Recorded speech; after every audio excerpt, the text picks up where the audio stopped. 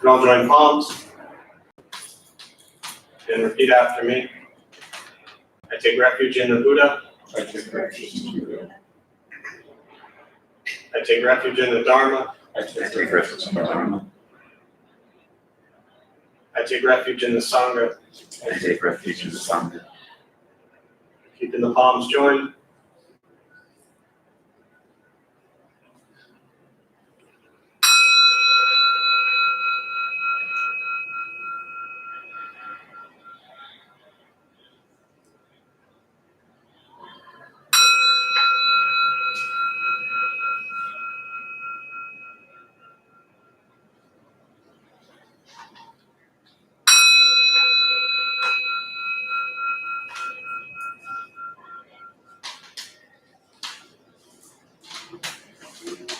Palms down.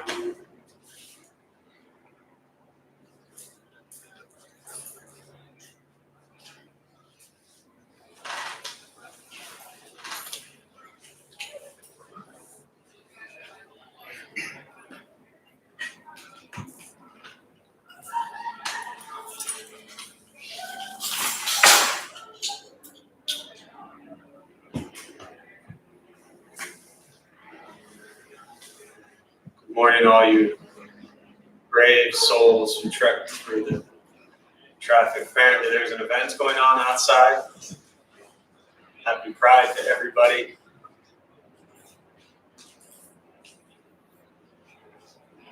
Yeah, it's nice to just kind of be here and sit.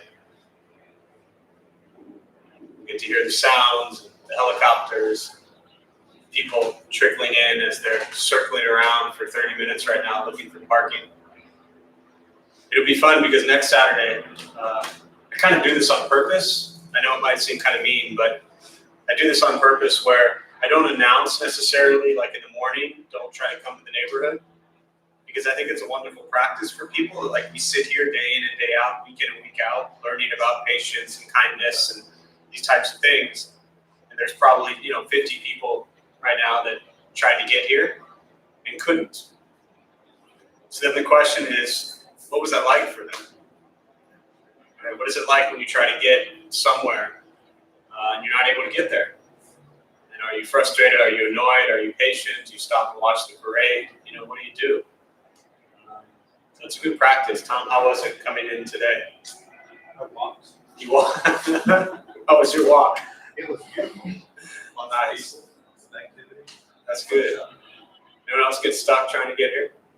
Took a while. Took a while. And you came early too. So I saw you early. Yeah. I can't. Is that a violation? Is that you sleeping in the parking lot last night? I thought so. Yeah.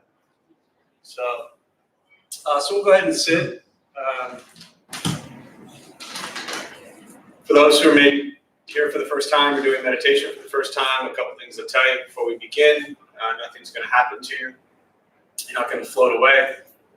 You're not going to have any mystical, magical experiences. The mind that races all day long is not going to shut off. Don't judge your practice. You don't ask yourself, is this working? Is this not working? Am I doing it right? Am I doing it wrong? We're just going to sit. We're going to breathe. You'll hear sounds. You'll hear people continue to walk in. You'll hear like I said, the helicopters, the excitement next door. This is life. And so the practice of meditation is just learning to get quiet and still within all of the sounds. So I'll guide us as we begin. We'll settle into a little bit of silence.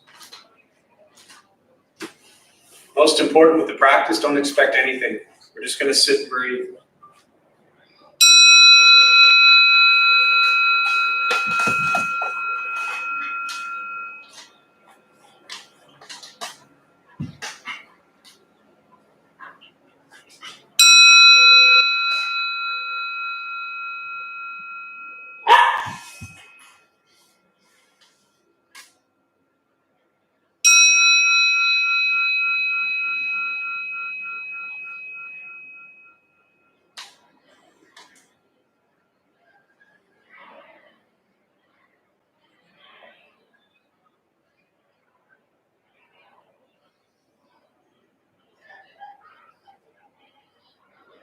And starting with the eyes closed, if comfortable, or slightly open.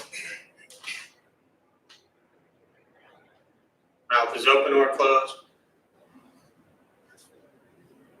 Start with taking 3 deep breaths slowly.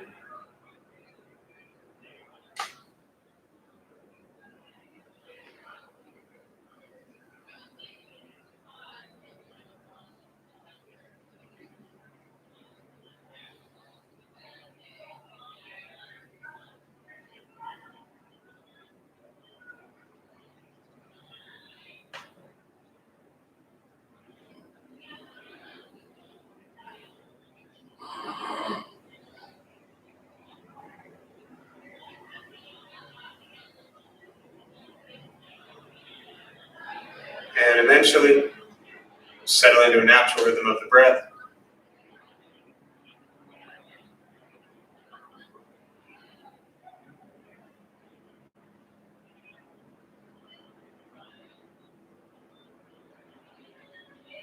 Noticing the mind as it wanders, jumping from thought to thought.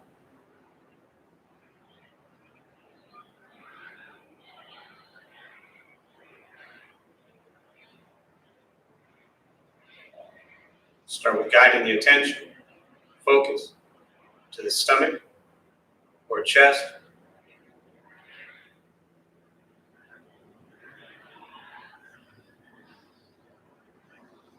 Breathing in, feel them rise.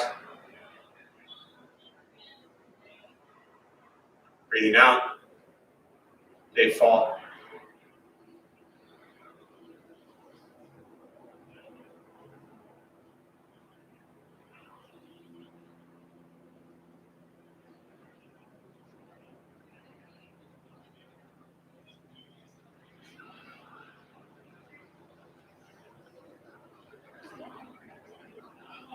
Simply continue this practice, observing sensation of breath.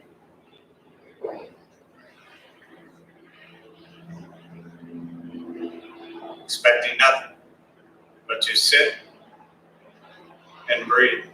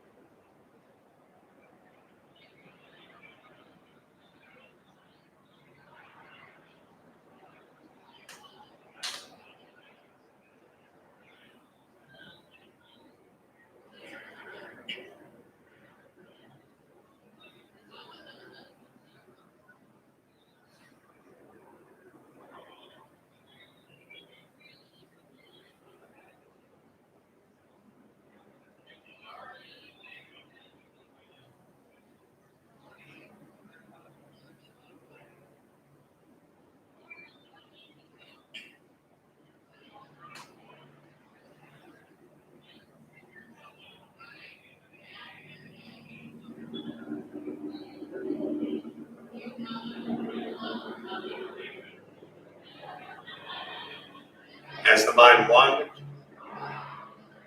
Lost in thought, recognize it.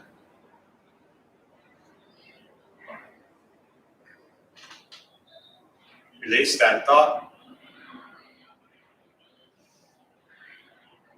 Return attention, focus to the breath.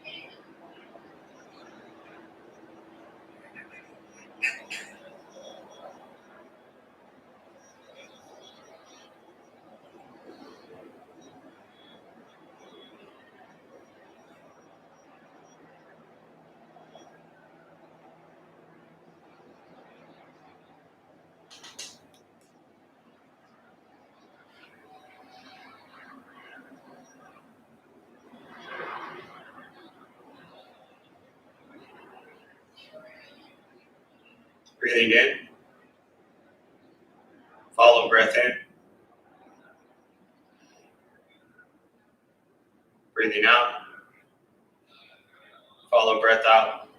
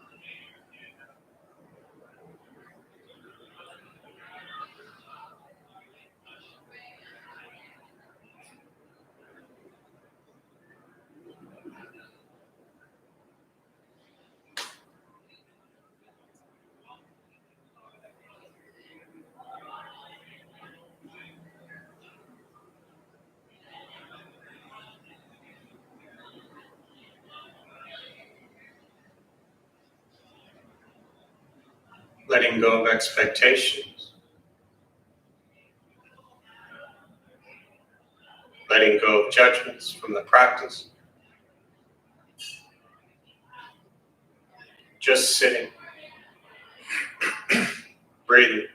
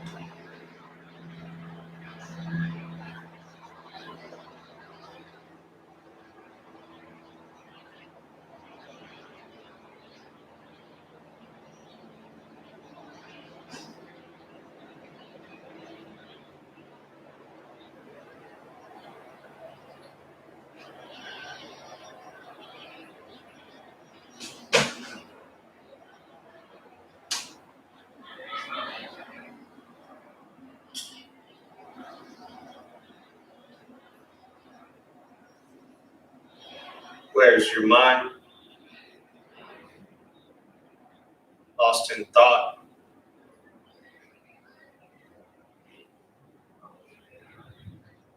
Return attention, focus to the breath.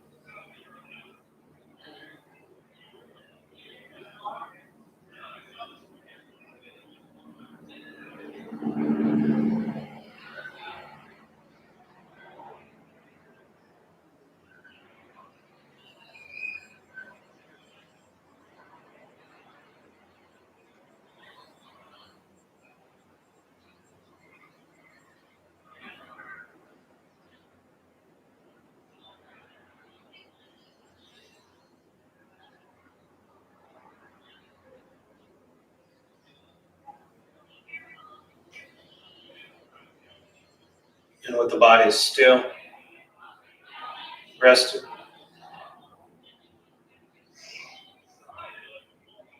and the speech quiet, aware of all sounds.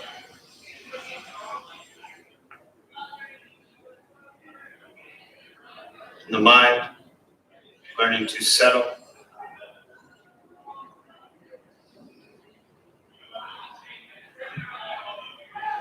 Know what it's like to just sit and breathe.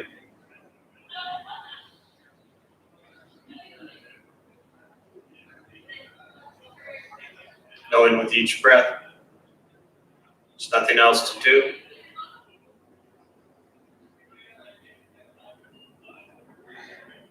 Nowhere else to go.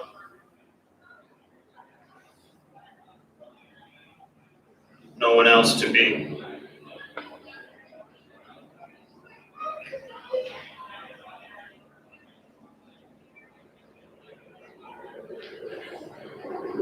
Everything beautiful, just as it is. Sitting, breathing.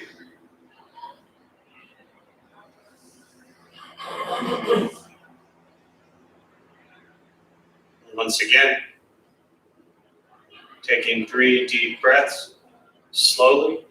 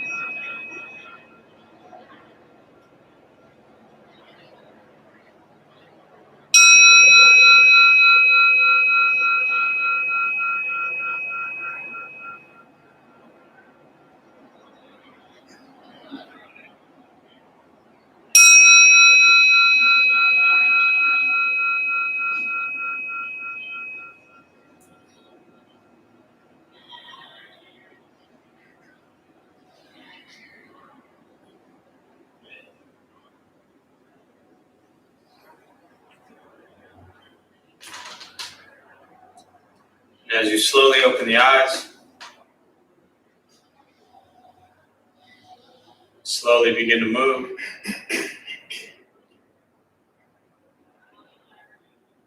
And most important, with the practice of meditation,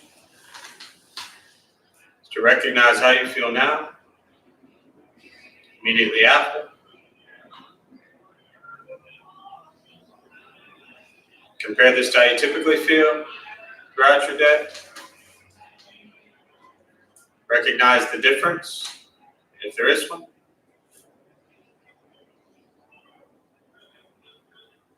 Ask yourselves how you prefer to feel every day for the rest of your life. And realize however you feel now, if it's quiet, calm, still, or a busy mind, racing mind, whatever you're sitting with, it's nothing to do with anything I said. It's nothing to do with how you sit, hold the hands, or cross the legs. It's nothing to do with the sounds around us or anything else for that matter. It's everything to do with your own mind and your own mind's reaction to an external condition. This is what the Buddha called pratitya samutpata, dependent origination. This is the basis of the Buddha's awakening. The word Buddha simply means awakening. He was a human being, no different than anyone in this room. He began to understand why he suffered, why he got angry, sad, depressed, stressed, anxious. He began to understand the causal relationship of all phenomena. What that means, very simply, for every one of us in this room, regardless of where you come from or what you believe in or where you think you're going, your whole life is filled with things that happen. You react. more stuff happens, more reactions. That's what we get. This practice is simply learning what it's like to respond to something quietly, peacefully, still. Because for most of us, the way we respond to the last 20 minutes is quite different from how we respond to everything else that's happening throughout our days. So all we're working on is closing the gap to where the way you feel now is closer to how you feel always. Just as driven, motivated, productive, successful, whatever that means in your respective lives. But with a mind that's steady, clear, focused, distracted by nothing, disturbed by no one. Meditation is not necessarily easy. It's not always fun. It's simply sitting, breathing, becoming aware of things as they are. So today would have been a little bit different, or a lot different for most of you. And it's a great opportunity to see, even in getting into our patterns and our routines. Saturday morning, drive to Dharma Bum Temple, pull in the parking lot across the street, walk in quietly, find my favorite seat, sit down, check the temperature, hear a few sounds, a few creaks, sit with a bunch of people, be quiet. And for the most part, none of that happens today. If you're here for the first time, then you don't know any different. But like many of you here, this is kind of an ongoing thing on or off for quite a long time. And so, to me, I personally welcome things like this and appreciate times like this where even within our routine of meditation, Buddhist practice, we get to see how were we with all the differences? How were we with the noises outside, right? The helicopters, the noise next door, wondering where everybody else is. What was that like? How was that different? Or maybe it wasn't different at all. But it's important to pay attention to these things because, I shared with somebody earlier as we were walking back from the parade with Jim that I started probably 9 years old, maybe, going to Charger games with my parents, my mom, dad, and brother. And so we had 32 years going to Charger games every Sunday for the season, every seat the same, just this routine. And it was fascinating to me because when I started going as a 9-year-old kid and much into my teens and 20s, it was just a fun, loud, crazy, wild thing with 60,000 other people screaming and yelling. And it was really great. Then I got into meditation and Buddhist practice, and there were a couple years there where it was really difficult for me to be there around the screaming and yelling and not always so sober behaviors at football games. Once in a while, people have a few too many beers. And so it was like a year or two where it was really difficult for me to go to the games because I just couldn't be around the noise and the chaos. And then I got through that period, and then it became just like any other place I went, but there would be 60,000 screaming fans, and it still felt quiet. It still felt kind of silent. And I could be in all of that, but not let any of that have any really impact on me, one way or the other. So it's just a neat observation to watch as we go through practice, the changes that occur within our routines, because that for me was definitely a routine. So, any thoughts or challenges on the meditation practice today? It's nice when it's a small, kind of intimate group, can maybe express a little more, but anyone want to share what that meditation was like? Yeah. I think back to your initial point, we came early knowing this was going to be a bit of a circus. So as we got off the 8, we got on the 163, we came to a halt. And we could see everybody kind of weaving right and left, jockeying for position, trying to cut back in. And we commented on it for a second, but we decided, no, we're just going to stay in the lane. And we just inched our way forward. So I think that helps set us up nicely for all the other externals. Definitely. I still find driving one of the greatest Buddhist practices. You know, whether you're trying to come into an area with 200,000 people or, 5 o'clock on the freeway, whatever it is, to see how we are in those moments.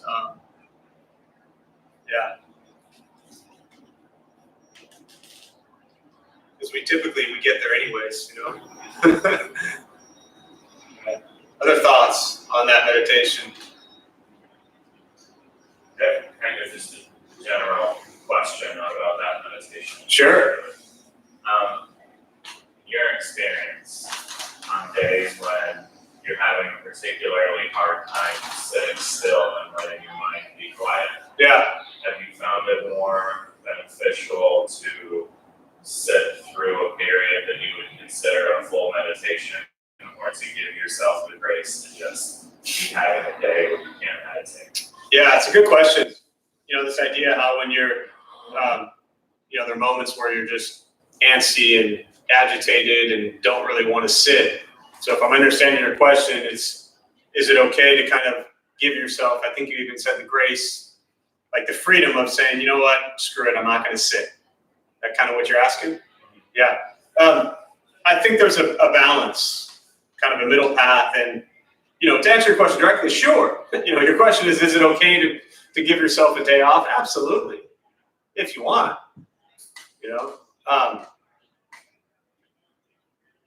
what I would suggest is when you find, there's a chance that might happen more than once, right? So let's say over a month, I'm just making these numbers up, you have 4 or 5 times that you just don't want to sit. So maybe 2 of the times, don't sit. Just say, I'm not going to sit right now. I'm not going to force myself to be uncomfortable. I'm not going to force myself to be miserable. I'm not going to force myself to be agitated, irritated. I'm just going to get up and go do something.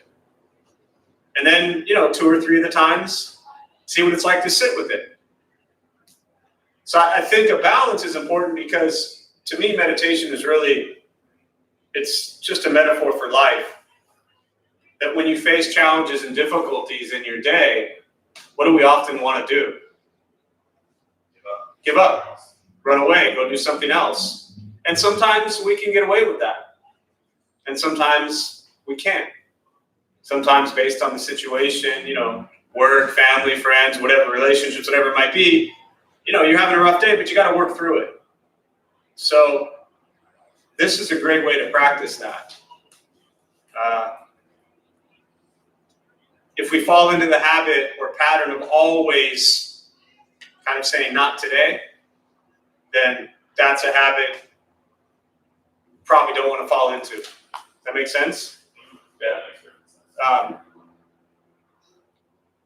But definitely my suggestion is not to have that frustration or disappointment towards yourself just because you're just not really good at sitting at that moment. You got to have the compassion for yourself too. Yeah. I was just going to say, oftentimes you bring up that sitting isn't the only way to meditate. So right. If you're feeling antsy, go for a walking meditation or try and meditate while you do something. Yeah, absolutely. The Buddha said sitting, standing, walking, or lying down. So all of these things can be a meditative practice, right? So if you didn't hear him, if you just can't sit still, take a walk. Use that as your meditation. Kind of bring meditation into every area of our lives. Because the meditation is just a concentration and focus on the present moment. So we can do that during everything. Eating, walking, whatever we're doing can be a listening. We could meditatively listen to every dialogue going on out there, right? Then the question is, does it bother us? Does it not bother us? Yeah. What else? Anyone want to share their experience from sitting with some sounds?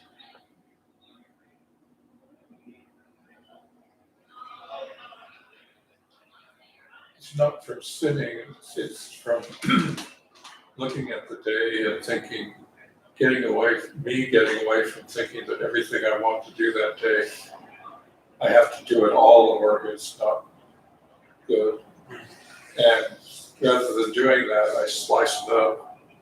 I do this one thing, Right. and then I do the next thing. Then I do the next thing. I've been doing a lot more that way than worrying about everything depending upon everything else. Yeah, to me, I think in my practice, that's been one of the most beneficial, tools, strategies, practices to integrate is that if you are one, and many of you here are, and I know I am, that has full schedules, busy schedules, lots of things to do. If you start thinking about them as a whole, like a day like today, right? There's probably 7 places you're supposed to be today at a bare minimum and have some sort of responsibility at all of them. And if you think about that all at once, it can be extremely overwhelming. For me, who grew up very much kind of this perfectionist, needing everything to be perfect and planned out and, spending so much time preparing for everything. And then when it didn't go exactly how I wanted it to, it was torture. So learning to let go of that and saying, okay, at this moment in time, this is what I need to do. I'm not going to kill myself trying to prepare for it. I'm going to be comfortable with however it works out.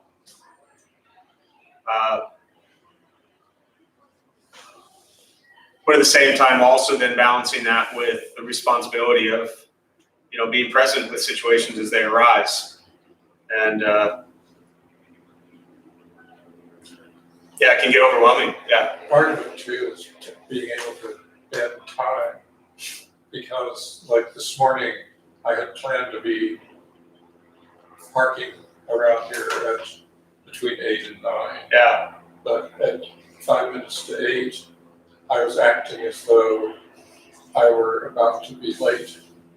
And actually, at that point, I found a parking place. Right. And then I'm like, okay, now I've got an hour, so I should not even be stressed out about this. Definitely. Yeah, there's this element of control that we tend to cling to and want everything to, work out our way to control the outcome. And, that's can be very difficult if you're often trying to control every external situation. Yeah. Other thoughts on the meditation or questions on it in general? As always, if you are here for the first time, I always just prefer to open up to questions, meditation, Buddhist practice, anything you're sitting with, we can address. I found it interesting that Tim Desmond spoke about the object becoming the subject. Yeah. I find that in my meditations, I can seem to be at a place where he also spoke about going beyond where you're just trying to reduce suffering, and you're trying to be more proactive with how you're actually engaging. And it's like I find that I am constantly under stress when I'm meditating, because it's like I am turning the mirror onto myself.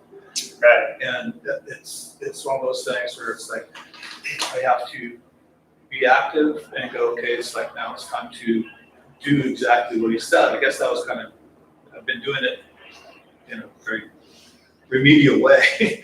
But to be able to go, okay, there it is inside of you, now step back. Yeah. Yeah, I find it almost like a trap in many ways if you're newer to meditation and Buddhist practice, and by newer, 5-10 years, because we're so conditioned to think that we have to do something well. I mean, do you ever go into anything and think to yourself, I'm just going to do this as poorly as possible? No, it's like we want to do well. We want to achieve. We want to succeed. We want to give it our all, right? We're so driven by the outcome. So if that is something that has caused a lot of suffering in your life, and then you find meditation and Buddhist practice, of course, you're just going to apply the same mindset to that, which is, I want to do it well. I'm going to be the best gosh darn meditator in the world. I will meditate better than you. You know, there's a funny, it's like, you can YouTube it. There's this guy, he kind of calls them the Meditation Olympics. And it's really funny where he shows different people like, you know, now weighing in with this chakra open and this mala bead and this, you know, whatever, right? And so we often make it this a game that we have to win. And just sitting is just sitting. Right? Now, if you stop breathing, then you haven't done it well. But then you also don't have to worry about the meditation practice anymore. So if you just sit and breathe and try to remove that, as you said, here is Tom. Tom is meditating. Now Tom's going to step outside himself and look back at Tom and say, how is Tom meditating today? Am I meditating well? Am I meditating poorly? Am I doing this right? Am I doing this wrong? Can we just sit and breathe and abandon any of the reflection on it? Hard. But the awareness of it. You know, that was the exercise he did last night with Pat, where he had her kind of express, how are you feeling? And she said, I have excruciating pain in my back. And he talked about having some love for that spot. She said it felt a little warmer, I think she said. Then he asked her, what's that like? And she said it brings her to a tear to have somebody actually ask her how it feels. So there was no judgment in that activity, just awareness, observation. So it is tough. And if you just get better at it, you'll be fine. I really don't want to win. I know, but that's my point, is that's the constant practice for you, for all of us who think of it that way, to tell ourselves, this isn't the competition. This is just sitting. Nothing to gain, right? Just sitting. And kind of going back to the earlier question, if you also take that approach, then this idea of I can't do this right now goes away, or at least potentially goes away or subsides.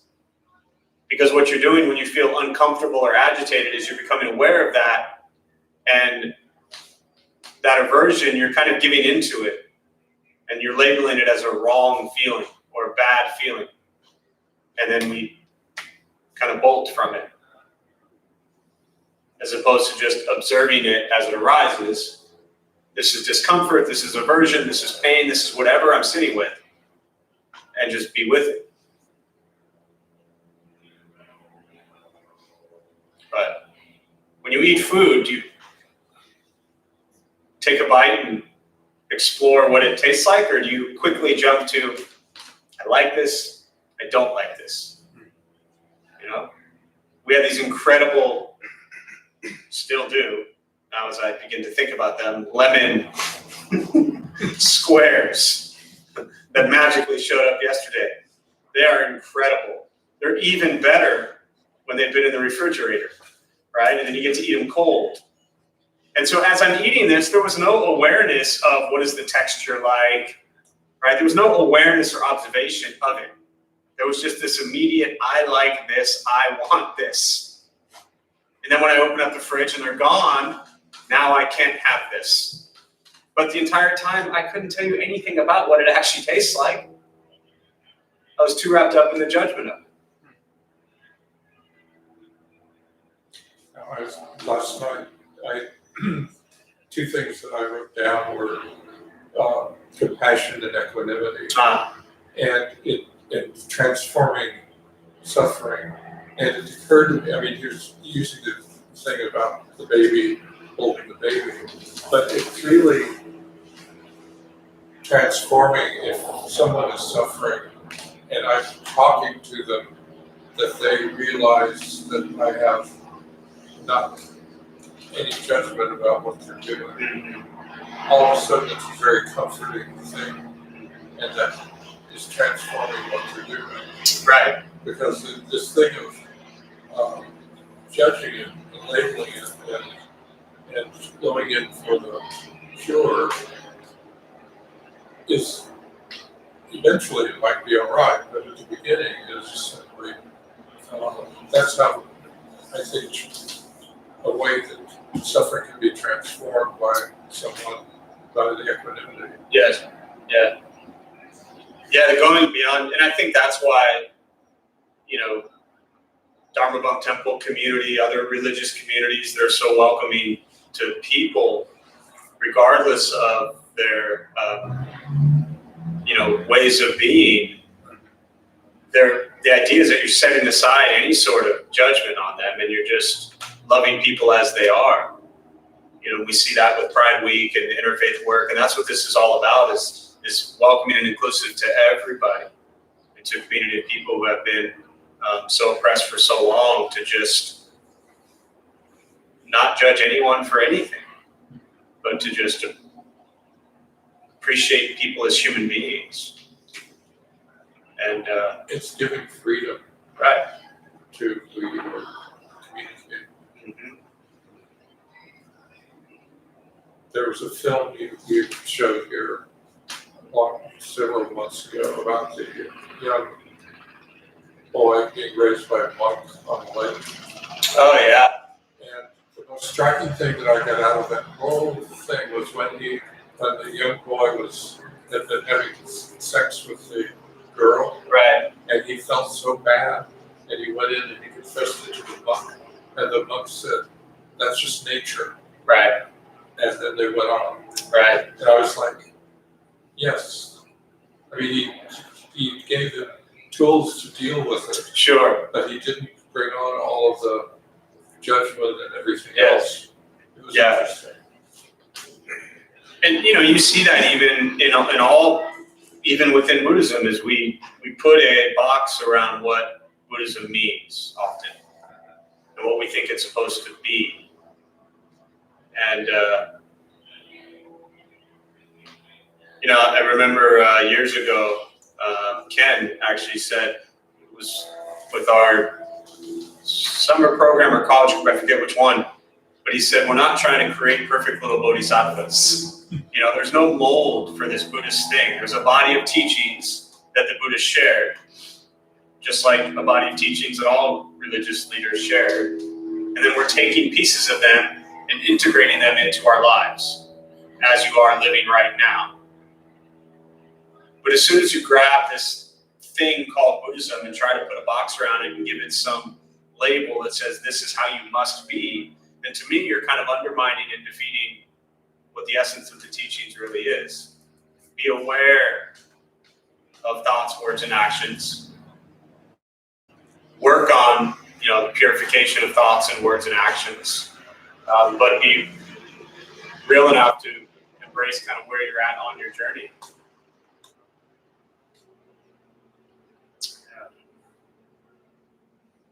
At the same time, welcoming and appreciating others who are, struggling. They're the crying babies, just like, we're all just crying in some way. Yeah. Other thoughts? Questions?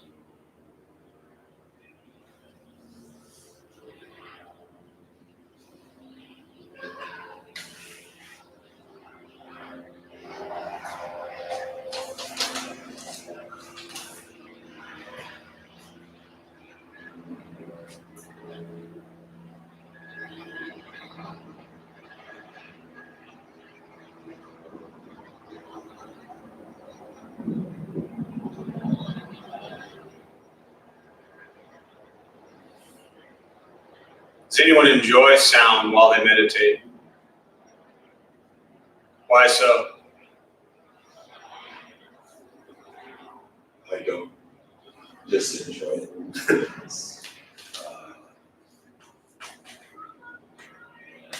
Just puts it's like figuring out the distance in what direction it's coming from, and realizing that it's just a sensory input that is attached to something out there, but it's outside as well. Yeah, definitely. It kind of just helps me be more present. It's easier for my mind to wander if it's completely quiet. Right. And in a weird way, it's also just kind of something to ignore. I'm trying to not get distracted by a sound, but I'm trying to focus on something else. Sure. It's funny the way you say that, because often we think, well, I don't want to get distracted by the sound. And so what that means then is your mind is focused on the sound. Well, during meditation, have you ever said to yourself, I don't want to get distracted by my breath? Again, we set up the breath as the goal of what we think we're supposed to be focused on. And I'm just saying this really to confuse everyone, but what is the difference between focusing on the breath or focusing on the sound if you give neither one of them any meaning? Is there any difference? So the sounds aren't distractions. They're just sounds. Our mind gives them meaning, and then we could say it's a distraction because we start to tell a story behind the sound. Okay? But it's just something to focus on. It's happening just like your breath is happening. And if we can learn to be present with the sounds and the breath, and ultimately the noise or sounds and the silence is really no different.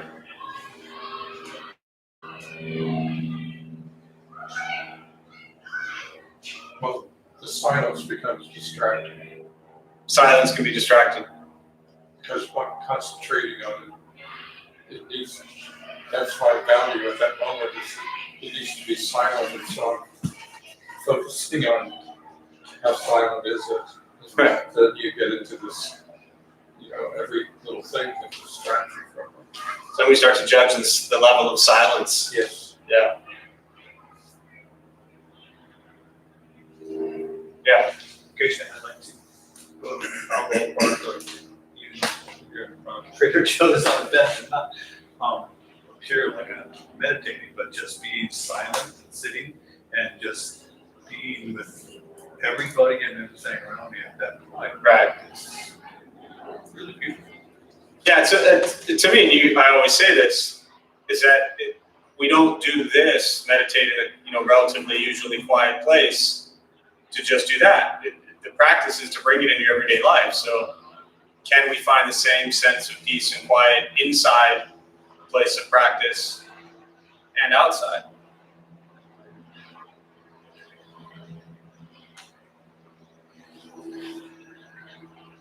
We're often so kind and forgiving and hopefully beyond judgment of people who show up at a place like this. But are we kind and forgiving and beyond judgment at people in the Trader Joe's parking lot right now? We don't know them. Can we treat them the same way as we would here?